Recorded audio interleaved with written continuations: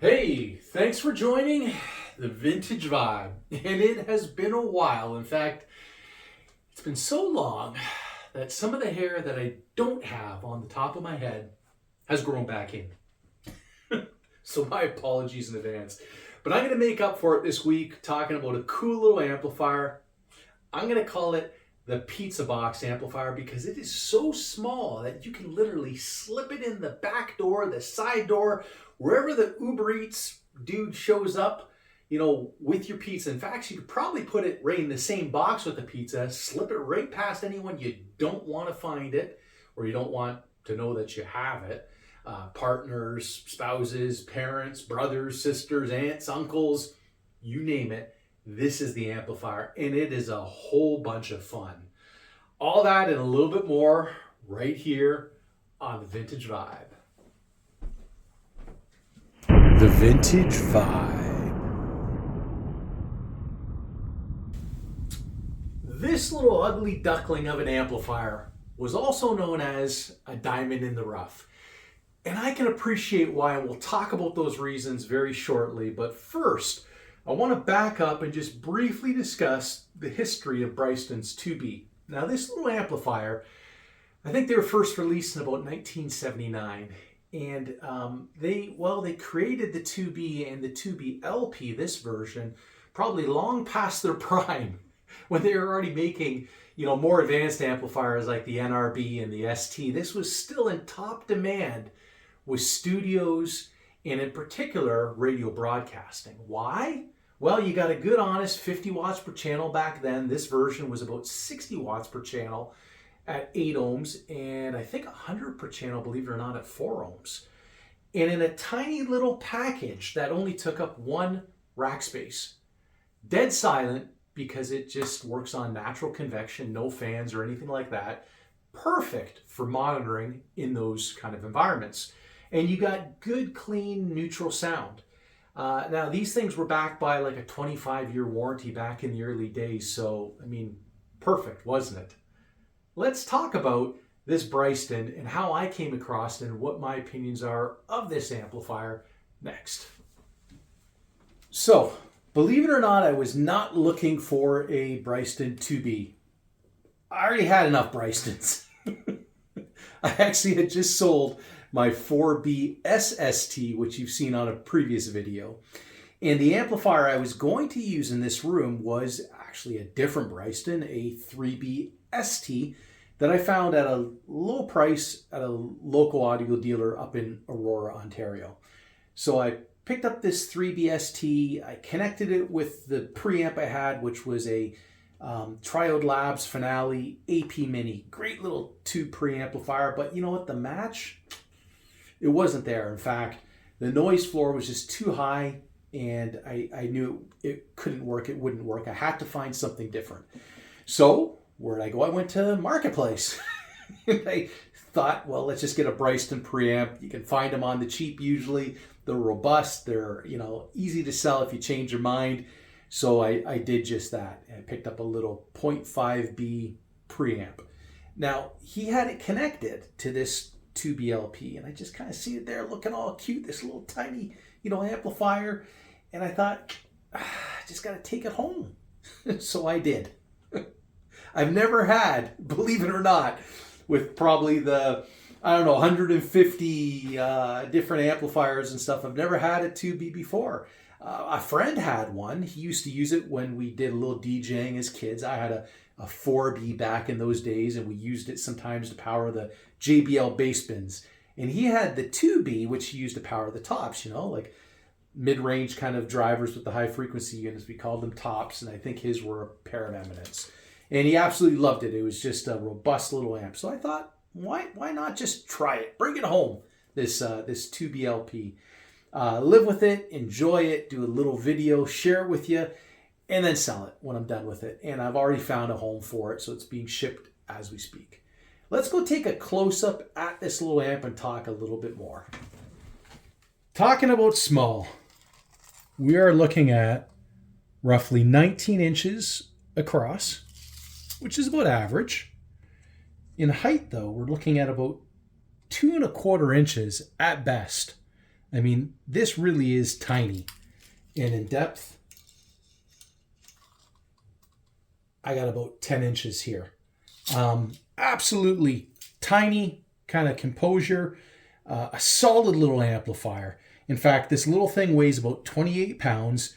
You got flat little kind of pancake transformers, and really not little. I mean, they're little chunky things in there and stubby little capacitors. It's a solid built little unit. As you can see here, your heat sinks on the front and kind of an anodized gold on this one.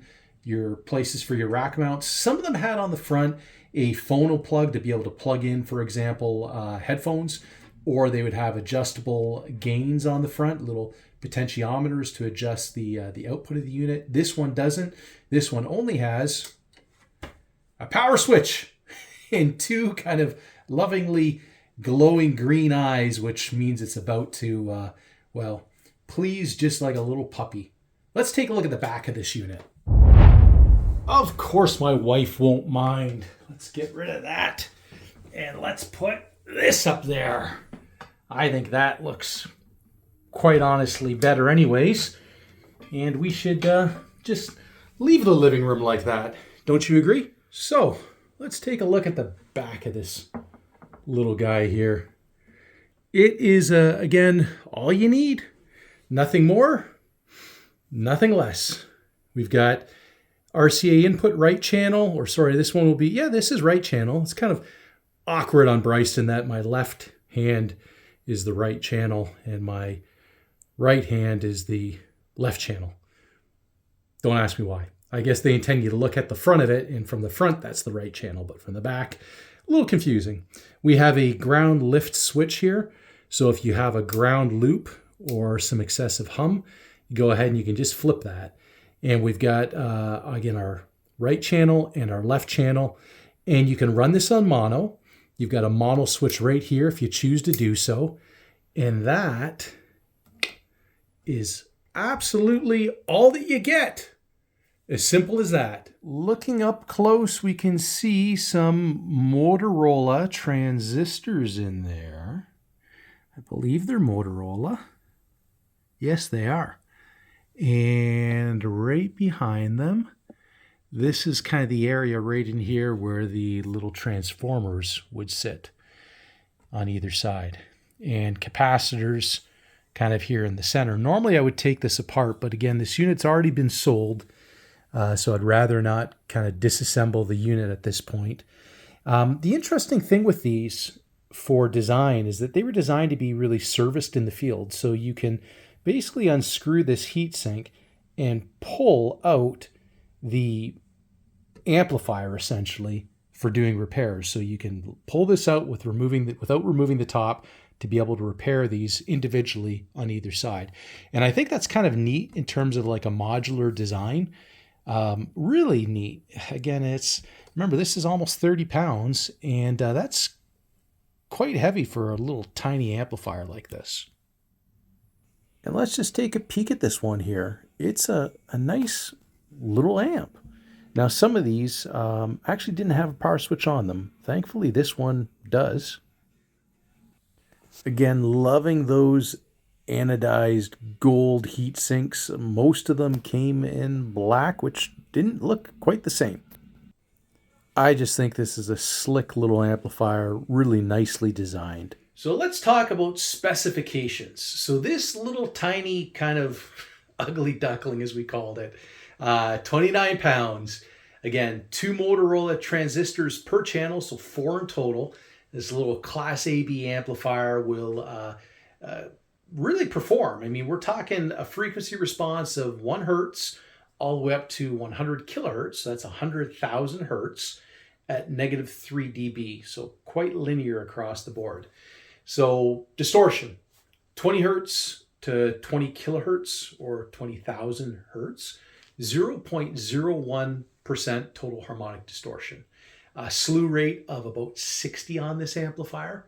And for output, we're looking at 60 watts per channel, 8 ohms, 100 watts per channel, 4 ohms. And if you were to bridge that amplifier into mono, say you had a pair of them, that'd be quite useful because you're going to get 200 watts out of each little amplifier. So they truly are high current. Now, if you happen to have XLRs on yours, signal to noise ratio, you're looking at about 100 dB. And as for an input impedance, 10 kilo ohms, which is pretty normal, I would say. Not a lot of power consumption of this unit either. It's not like it's going to drain, the hydro bill or anything like that. But, they'll run kind of warmish, to the touch. Now, if you drive that amplifier hard, when it does clip, those green lights, the friendly green lights will get angry and they'll start flashing red. And then the amplifier will heat up a little bit for sure. But pretty impressive little amplifier. Now, if that really didn't make a heck of a lot of sense to you, let's talk about what does make sense, which is how does it sound? So how does this little amplifier sound? Well, I would describe it again like a little puppy in that it just wants to please. And it just keeps on coming back. It gives you more and more and more. One of the real great attributes to this amplifier is a really fun sounding, punchy bottom end. Like it's got good timing, good pace, and just kind of, it doesn't even feel like it's breaking a sweat. So this really, I know the comments are going to blow up. People are going to go, oh my God, Bose. But believe it or not, 901s with a 2B, oh my goodness, punchy, fun, dynamic, just really good sounding, a great combination. Now, if I was to compare this to something like a 4B of the same era, you might think I'm crazy, but I'm going to say that this, I actually prefer the sound of. If you could live without the power of a 4B, the 2B, they have the following for a reason, because this is a pretty linear sounding little amp. I'm not going to say it's warm, but it is kind of a little more organic sounding, and it's just very musical. It's maybe got a little more warmth in the mid-range, maybe slightly more forward, which, just kind of makes the vocals actually sound great. And it's snappy, it's punchy, and it just kind of goes and goes, it just loafs along. Again, when you make it angry because the little, green puppy dog eyes turn to red, but it's never done that when I used it, because 60 watts per channel, 8 ohms, 100 watts per channel, 4 ohms is more than enough in most circumstances. This was a good match with a bunch of speakers. And it's not that I would necessarily go out and say, I need a power amp, I'm going to buy a Bryston 2B LP, because there are just so many amps that you could add to your vintage audio collection. But if I was looking for something on the cheap, we're looking at only roughly 500, 550 Canadian dollars for one of this version, a slightly newer one, which is really quite affordable. And again, sometimes these lower output versions, like again, this is kind of the little brother to the 4B. I find sometimes they are just more musical, whether it be a power amp or a receiver. Sometimes they just are voiced slightly different, and they're just overlooked because they don't have the output of the bigger ones. But this is a great sounding little amp. And again, it's not that I would go out and try to add this to my vintage audio collection, but this is an amp that if I needed a good daily driver, or I had the space, which you have the space with this. This is one I just might add to my vintage audio collection. I hope you enjoyed this week's episode. Be sure to like and subscribe, and we will see you next time on The Vintage Vibe. Oh, I wonder who that is. Not expecting anybody.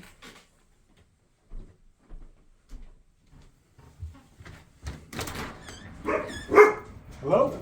Hey, you order pizza? I didn't order pizza.